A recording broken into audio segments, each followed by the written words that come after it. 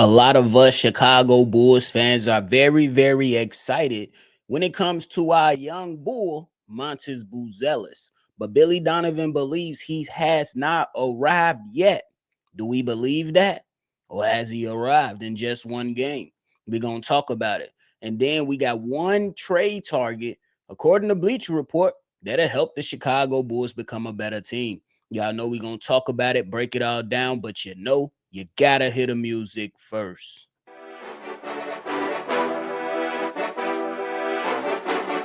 Cognac, gang.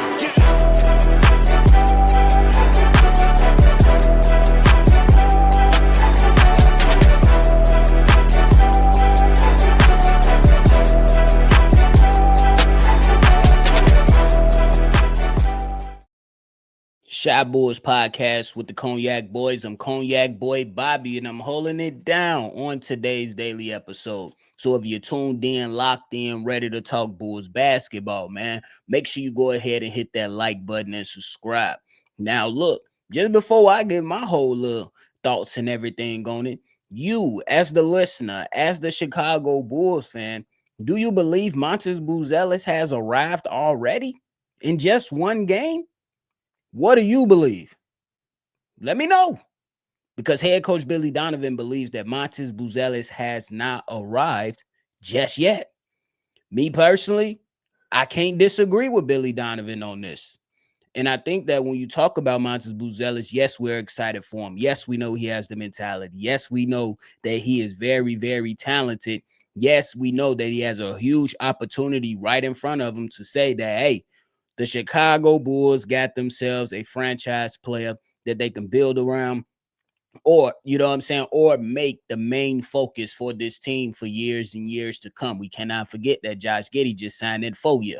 You hear me? And then we got to consider that Kobe White might be getting an extension. Ayo Dosumu. We'll see how it all pans out. This is a little too premature, too early to talk about that right now, because that is going to happen in 2026. But what we can talk about is Matas Buzelis being that guy, at least early on in one game. And that's the thing. It's only been one game. And as much as I love the kid, as much as I believe in him, he has to do it for an entire season to show what he's really, really made of. I can't let up and just automatically forget my standards that I have for my Chicago Bulls players to say that somebody has arrived, or somebody is a future all-star, or somebody is a future superstar. I have to see sustained success. It's the same thing, y'all. And I know it's going to, this probably about to take a lot of people off, but I think some of y'all will feel it. It's just like, we know how talented Victor Wembanyama is. We all know that. We just seen him have a hell of a first game of the season. But there's already people saying he's the best player in the league already. I said, so Giannis don't exist. The Joker don't exist. Is he the most talented right now? Probably so. But anointing him the best player already after one game? That's ridiculous. I can't do it. That's just me. I can't do it. I know it's a bit off topic, but I just can't anoint Victor Wembanyama the best player in the NBA with nothing to show for it. If you want to go out there and say that you're an all-star caliber player, a superstar, the best player in the world, an MVP, you have to have evidence. It's not a lot of evidence right now for Victor Wembanyama for being the best player in the world right now. And there's not a lot of evidence for Matas Buzelis to say that he has arrived. In fact, when we talk about Matas Buzelis and comments from head coach Billy Donovan, and he was asked this question about if he feels if Matas Buzelis has arrived, he went on and said this. I mean, this is probably more my personality. I always get concerned about that stuff. It's just not Matas. It's everybody. I'm sitting here listening to what the community is talking about regarding Matas. It's more about Matas keeping himself grounded. He's not arrived. It's just the truth. I love Matas. I think he has an unbelievable runway to be an outstanding player in this league. If he keeps this drive and his motivation and doesn't think he's arrived. That's what Billy Donovan said. A little weird at the end, but I hope you get the point. I hope you understand the point. simply because the point is that Matas Buzelis, he at the door, but he ain't ring the bell yet.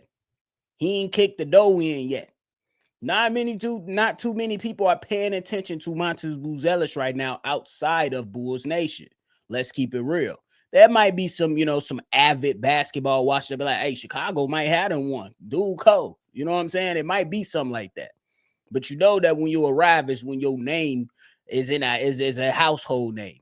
That's when you know that you've arrived. And it's only been one game out of 82 games. I would say if Matas Buzelis somehow, some way goes out there and let's just say averages about that 18 points, you know what I'm saying, per game, and really helps the Chicago Bulls win the game, and people see a progressive team that's starting to win more games rather than not win those basketball games, then you will get some attention.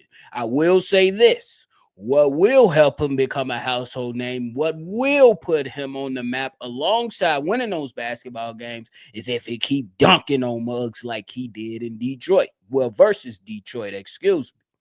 That's what's going to help Matas Buzelis be able to, you know what I'm saying, gain some more attention around the league. Because if this is starting to become a nightly occurrence, he ain't got no choice but to end up on Sports Center top 10. You ain't got no choice but to look at some of those blocks that Matas Buzelis is about to go out there and put on tape this season, in my belief. But I do think that Billy Donovan is 100% right. He has not arrived after just one game. We love him. We not selling them short, but we want to see a larger sample size out of Matas Buzelis. You got matchups coming up versus the Orlando Magic tomorrow, and then you got to see the Hawks. You're going to see the Cavs, you know what I'm saying, a couple times coming up in the next few weeks. You're going to see the Knicks within the next few weeks. Let's go out there and do what we always believe, y'all. Put this stuff on wax. Put it on wax. So I'm not mad at it at all. I don't think Billy Donovan is throwing shade. If anything, Matas Buzelis should take this as motivation. Matas Buzelis should take these comments like, all right, bet, coach. I respect the honesty. But at the end of the day, there will come a point to where somebody asks that question again, and you're going to have to say, I've arrived. You know what I'm saying? It kind of like the Nikola Vucevic statement after, the Detroit game when he talked about Matas Buzelis finally becoming a man for getting his first real poster, because Matas Buzelis had the conversation with Nikola Vucevic and was like, I dunked on D'Angelo Russell. And Vuce was like, bruh, that ain't nothing. You way taller than dude. But now when you dunk on somebody that's damn near the same height as you, now you becoming a man. Now you becoming a man. It's like if you 6'5" and you beat up a dude that's 5'5". Bro, you were supposed to win. You know what I'm saying? You were supposed to win. But if you 6'5" and you knock out dude that's 6'6", 6'7", 6'5", buddy, gonna get that credit. 6'7", they're gonna be like, hey, you got to do little, you know what I'm saying? They're gonna be looking at you crazy. So I get the whole entire point when it comes to that. It definitely makes sense. And I hope that Matas Buzelis is using this as motivation alongside with some of that tough coaching that Billy Donovan has been placing at the forefront of him, along with the challenges that he have as an individual player in this league and as a team player. You know what I'm saying? With Kobe White not being available and your team depending on you defensively and offensively to be out there to be able to block shots, change shots. And then on the offensive side to be able to get points in the painted area and then hit your threes and then be able to go one-on-one every now and then. So I'm really, really excited for the guy. I believe he will arrive. But we still checking the notifications for that Amazon package to be delivered. Let me know what you think. Let me know what you think. But hey, before we get up out of here, we got to talk about one trade target for the Chicago Bulls that was placed by Bleacher Report. Bleacher Report dropped the list, and they went out there and gave one player that should be a trade target for every single team in the league. A lot of intriguing stuff. If you thought it was Jonathan Kuminga, chalk it up to the game. It ain't that guy. The person that the Bleacher Report put out there for the Chicago Bulls is none other than the other guy that we wanted to go ahead and talk about over the course of the offseason in Walker Kessler. I got one bone to pick. Not with Bleacher Report, but with my Chicago Bulls. Chicago Bulls. I'm just saying. I like Dalen Terry. I do. As a person, I think he comes with a lot of energy, and I got nothing but respect for him on how he improved his game. So this is no slight at Dalen Terry. But hey, you did have an opportunity to draft Walker Kessler. We knew Walker Kessler was one of those guys that came out of college and was a shot blocking machine and go out there and give you some rebounds. And now I have not watched this game this season, but reportedly, he looked like he might be stretching his offensive game out a little bit more. I'm just saying. And when you look at Walker Kessler, hey, my boy, look, if the Chicago Bulls want to get in the business of trading for Walker Kessler, look, I don't necessarily think it's going to happen. Danny Ainge has already pretty much put out there that they looking for multiple first-round picks. The Chicago Bulls, in their game plan to help mold this team into being something better and giving us a better iteration of this team, they have told us that they don't want to skip the process and they want to hold on to their assets. So I don't have much belief that this is going to happen, but yeah, maybe a couple things could transpire over the season. Maybe Nikola Vucevic can be involved in that, but I don't necessarily know what type of sense that makes for the Utah Jazz other than some money stuff. And then for the Chicago Bulls, he will be a hell of an addition. He will be the center of the future for the Bulls if they are able to acquire him. But if they are able to acquire him, you gotta talk money on at the end of the season. What is you talking about? You gotta talk money at the end of the season because him and the Utah Jazz was not able to come to terms on a contract extension before the season started. He is one of the best shot blockers out there, you know what I'm saying? And I think he'd be a great addition for the Chicago Bulls. However, I think that the asking price for the Utah Jazz might be too high for the Chicago Bulls. And for the Chicago Bulls, for all the shits and giggles, all of us, at least for the most part, wanted the Chicago Bulls to go out there and be a bit more aggressive this offseason. But I came to terms with it when it's at a certain point of the offseason when I just remember that the Chicago Bulls is like, yeah, we're not going to skip any steps.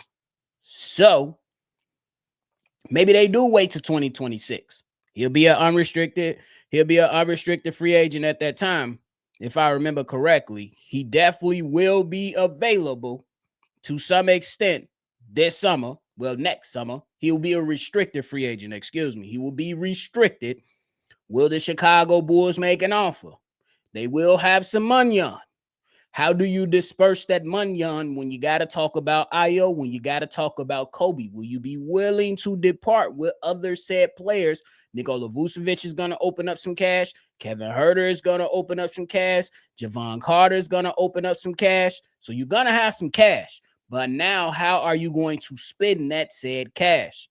It's going to be the biggest determining factor to see if you can get a guy like Walker Kessler. Me personally, my personal opinion, maybe I can be wrong. Maybe since something can transpire before the trade deadline, I believe is in February, that the Chicago Bulls explore the option and say, hey, let's go out there and get us a center, whether that's Walker Kessler or not. But in my opinion, I don't think it's happening this season. Maybe they entertain it in the offseason to force the Jazz hand to say, hey, we're going to make them an offer. You have to match it.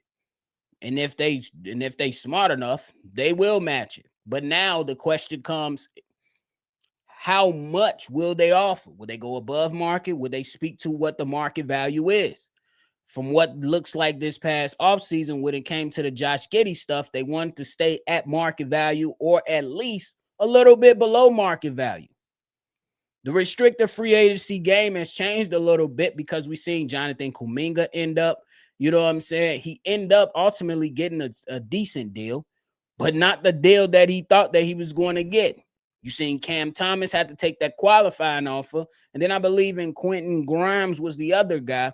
Correct me if I'm wrong on that. If I remember correctly, Quentin Grimes was the other guy that had to settle for the qualifying offer as well. So the restricted free agency market is a bit wonky right now, at least in 2025. Will it change in 2026 to give the Chicago Bulls an opportunity? We shall see. But at least right now, I don't necessarily think it's going to happen this season while the season is going on. It may be something we have to revisit in 2026. It's not a bad idea to consider Walker Kessler because I think that he'll be really, really good alongside guys like Josh Giddey, Matas Buzelis, Kobe White, and Walker Kessler.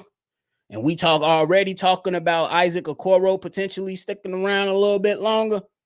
I'm just saying that'll be a nice little starting five that you could build on and see what happens with Trey Jones coming off the bench. Hopefully Noah Essengay be ready to go and be a part of the rotation moving forward after that. Patrick Williams can still come off the bench and, hey, Patrick Williams. Hey, I want to see more fights for Patrick Williams. I don't know about y'all. We not encouraging fights. I just want P. Will to defend himself like he did in the last game. I just want to see a little bit more of that. Enough of that soft shit. Let's go ahead and bring some tough basketball back to Chicago. But hey, that is it for me today, y'all. I appreciate y'all for tuning in to another episode. Before y'all get up out of here, make sure you hit that like button, subscribe to the channel, and hit that notification bell as well, man. We live for tomorrow's live call and bringing you a post game. Make sure you lock in, tuned in, and ready to rock out, man. It's going to be a fun one for sure.